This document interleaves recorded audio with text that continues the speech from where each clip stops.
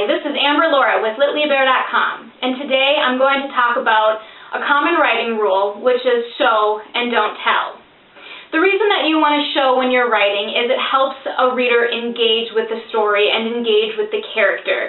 It helps create an environment in which the reader is experiencing what the character is experiencing.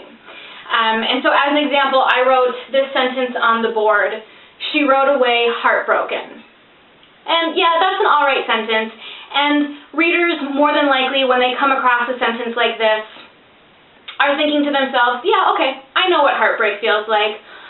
But because the sentence is so flat and one-dimensional, you have removed the reader from the feelings and emotions that you're trying to evoke. So instead, you would want to show the character's hiccuping sobs and her fingers splaying across her chest because she can't catch her breath. You want to show the indent of her fingernails as she clutches the steering wheel, because these help bring the reader into the story and it helps build a connection between the reader and the character. However, that said, I also think it's important to note that writing, much like all things in life, is done best when in moderation. And there are times when you should be telling and not showing. I know that's a little confusing because I literally just said the opposite, but telling has its own purpose in writing, and it's that it helps move the story forward.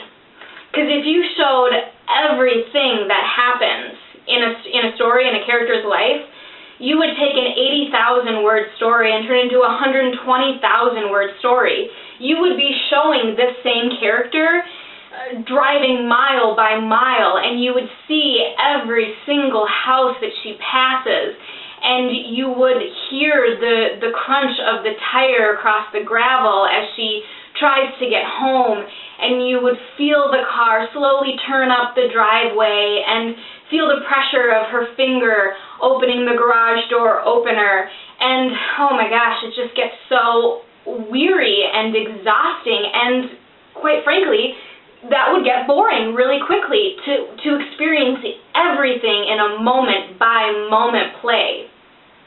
And so instead, you would show her heartbreak, the hiccuping sobs and the fingers splaying across her chest. You would show that, but then you would tell the reader, she drove home and she got into her house, and then maybe you would show what happens next.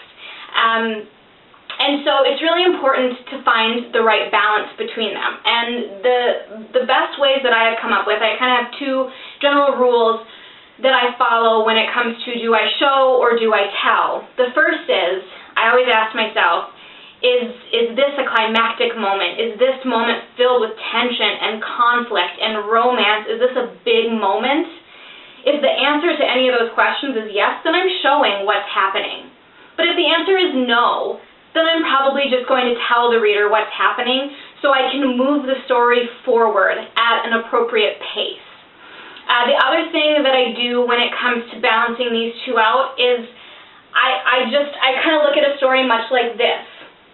And so it's a big moment, so I'm going to show, and then I'm going to use the downward swing as a time to tell. So going back to our original example, we have shown that she's upset as she's driving away, that she's heartbroken, and then we're going to tell the reader that she drives home as quickly as she can, and when she gets inside, she walks straight to her bedroom. And then at this point, I'm probably going to show again, and I'm going to show her sitting on her bed and just how blank she feels as she slowly curls up on her side, and then she can't breathe, and so then maybe she rolls onto her back and she stares up at the popcorn ceiling and tries to connect the dots between where everything went wrong. So I'm going to show that because this is a lot of feeling happening in that moment.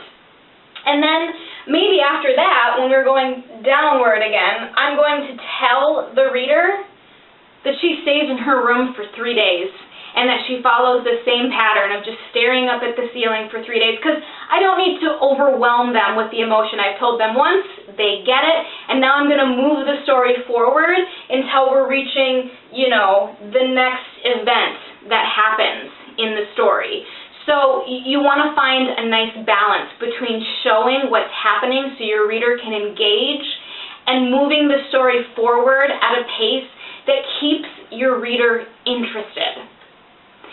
So that is what I have to say today. That's my writing tip on showing versus telling. And just remember, it should be done in moderation when possible. This is Amber Laura with LittlyBear.com. Thank you.